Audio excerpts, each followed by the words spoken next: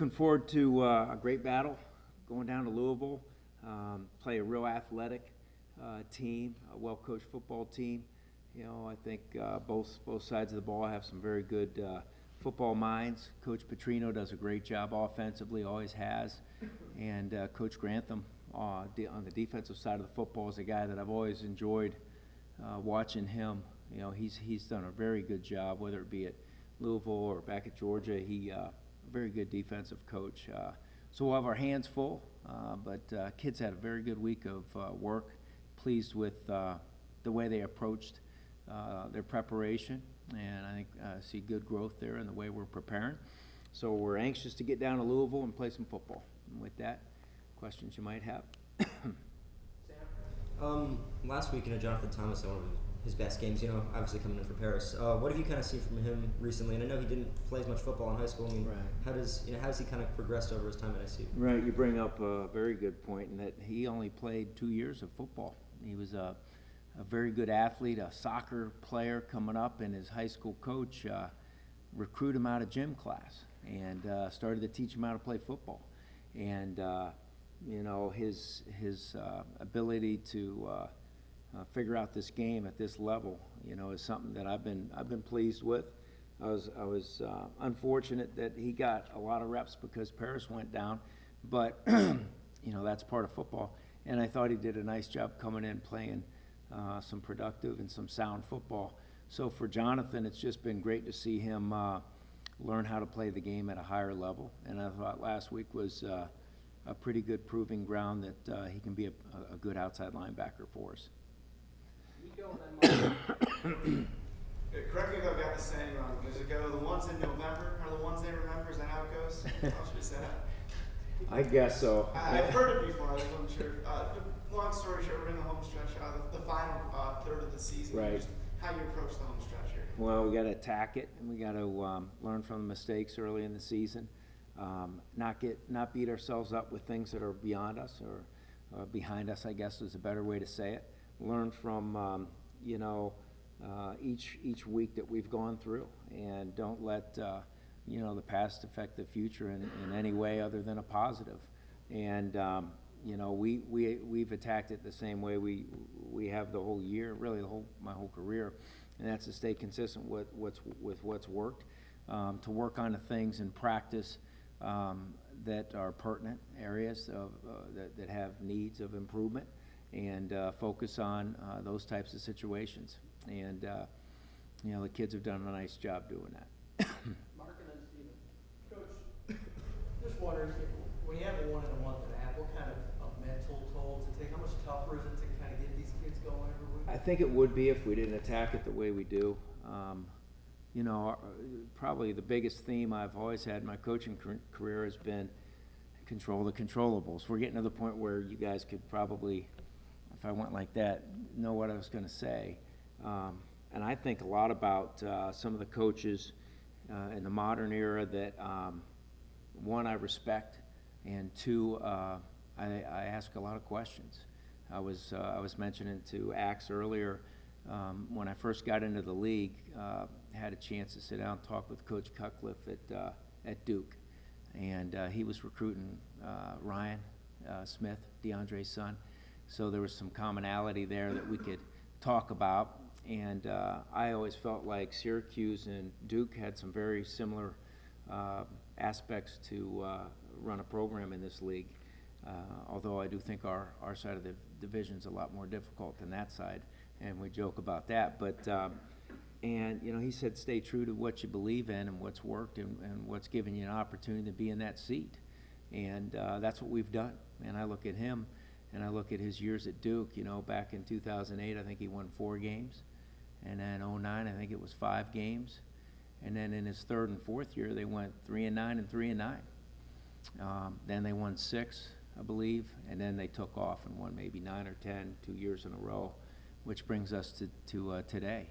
And I look at that model, I look at that formula, and he's done it with kids of integrity that had intelligence as well, that were true student athletes.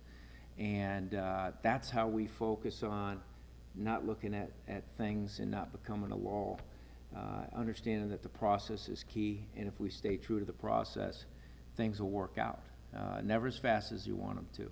You know, if you win 6, you feel like you should have won 7. If you win, if you're sitting at 3 right now, you wish you would have won 5. You know, losing 2 games, the last play of the game, could have gone either way. Difficult, but it's only as difficult as we let it become.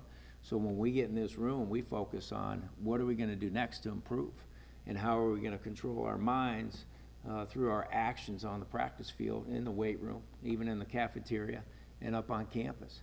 And a lot of that has to be focused in on controlling the things that are right in front of you and blocking out the noise.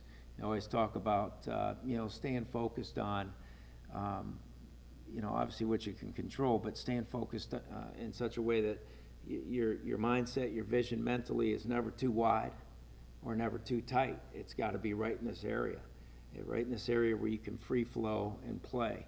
And when you let things from the outside affect the inside, you're failing. And so we talk about those things a lot, Mark.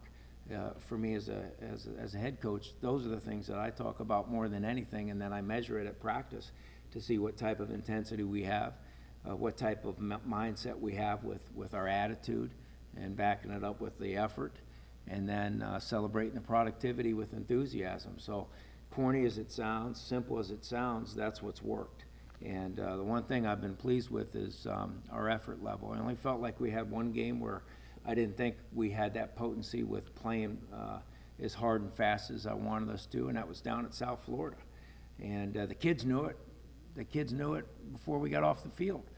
And, you know, I think we succumbed to, you know, a tough environment there with the heat and all those things. But other than that one game, I've been pleased with the way our kids perform late in the game, whether we're winning or losing. And when I say perform, I'm talking about the effort, not necessarily the techniques and consistency in the scheme, because we haven't done a good enough job at times with that.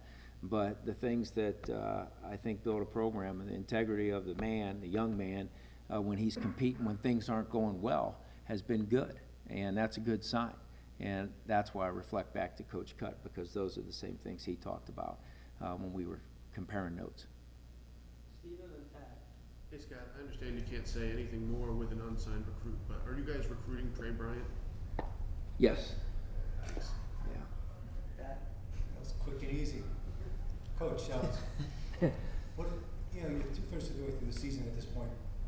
What do you see as your team's greatest strengths, and then what do you see as the things that you really feel need to be worked on? Right, probably the same things you guys see. You know, be quite honest with you. You guys do a good job seeing everything. Maybe not through the same lens, you know what I mean? Not necessarily agreeable, but I think our offense has been potent at times. We have a lot of drives where we score points quickly, and I think that's a good thing, although sometimes it makes it tough on the other side. You know, as an old defensive coach, I used to like those 12-play drives and that clock ticking down, knowing my guys could be fresh in the fourth quarter. So I think our potency, not necessarily our total offensive numbers, because we haven't been on the field as much as we would have liked. Just like last year, our defense was probably on the field too much. You know, it goes both ways.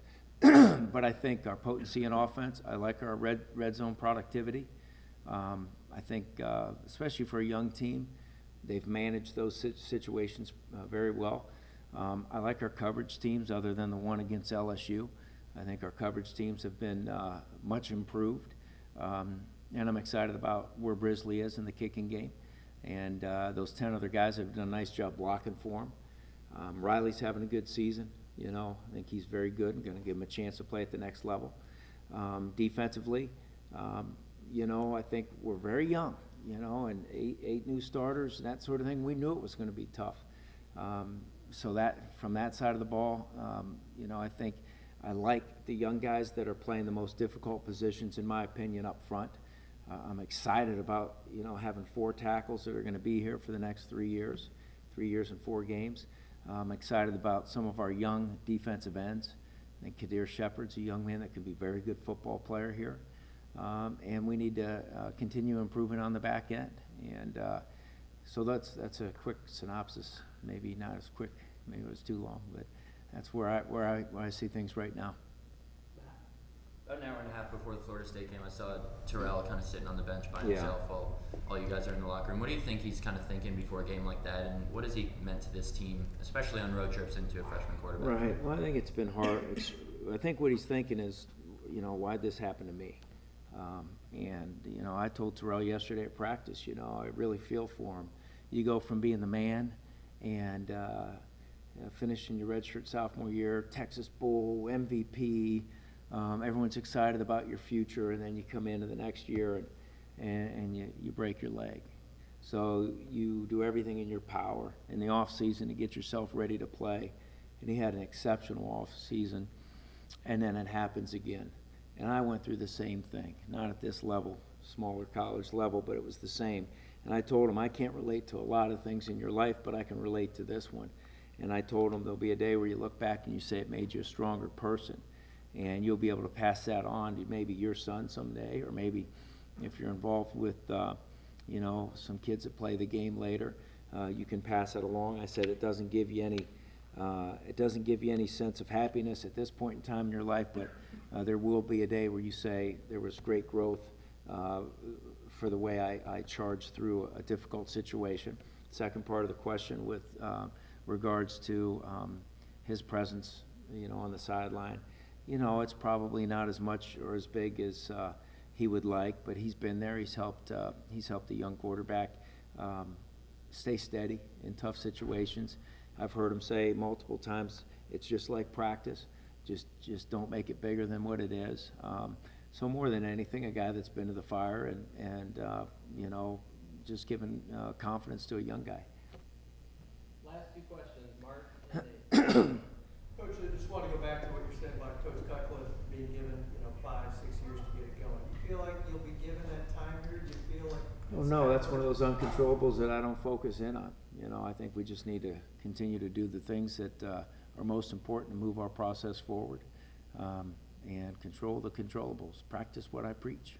Do you feel like a sense of urgency, not just for the season? No, I think anytime if you get into that mindset, then you get outside of what's right and good about the process that you believe in. And if you coach in a panic mode, it'll look like it'll feel like it. And the smartest kids in the room are our players. They know me inside out and upside down, for better and worse. And it's key that I stay steady. I think leadership's about consistency and steadiness, and that's what I try to do. Last question from Nate. So Nico said it's November, and a lot of guys are probably banged up at this time of year, just through the grind of the season. Sure. I'm wondering how you manage the balance of practice when you have a young team, trying to really drill intensity and get better day by day, but also ensuring that they're as fresh as can be on Saturday. Yeah, for sure. It's we don't practice real long. Now, when we do though, it's aggressive. It's high octane. I mean, we're going hard. The thing we have to do as coaches, we have a practice script. 12 play period, 15 play period, that sort of thing. And I think it's really important that the coaches do a good job taking that practice script and saying, he doesn't need that. Ron Thompson doesn't need to take on a power today and throw his shoulder in there. I know Ron Thompson knows how to take on a power, so we don't need to show him that play. So let's throw Kadir Shepard in for that play. Or maybe it's an isolation play, the more physical type plays in the game, you know what I mean? With the wide receivers to keep their legs fresh. How many deep balls does Brisley have and Steve? They don't need 10 of them. They'll take 3 of them, and then let's see if Adley can jump in. Let's see if some of these young guys can jump in. So I think it's kind of like that management of what plays with who and how to kind of squelch some things that maybe those kids don't need to be doing is probably the biggest thing that we do. Same thing with the kicking game. We don't need to have 10 kickoff returns against, the scout team running down there trying to take their head off. So let's slow it down. Let's go half speed. Let's go 3/4 speed, and then get 1 or 2 at full speed. So those are just a couple quick examples of, the way we look at taking care of their bodies throughout the course of the season in November. Is now when you usually make that switch? It's not a big switch. It's really, Arthur Jones, when I first got here, it was the same thing. This guy did not need to take on 20 double teams in preseason camp, so he didn't. Now, I was on his tail to run to the football and practice hard and do all these other things, but I wasn't going to get him in a position where he was taking on double team. He's already taken on hundreds of double teams. We know he's really good at it. Let's get him out on those plays. Now, maybe in the passing game, when he had some sort of combination in protection, then we'd say, hey, let's get him those reps, because maybe that's an area. So it's more saying, what are the plays today? You make the practice up, you make the practice script up. What are the needed plays for the particular players, and let's be smart about that. Good question, by the way. Thank you, Coach. All set? Okay. Thanks, Scott. Take care.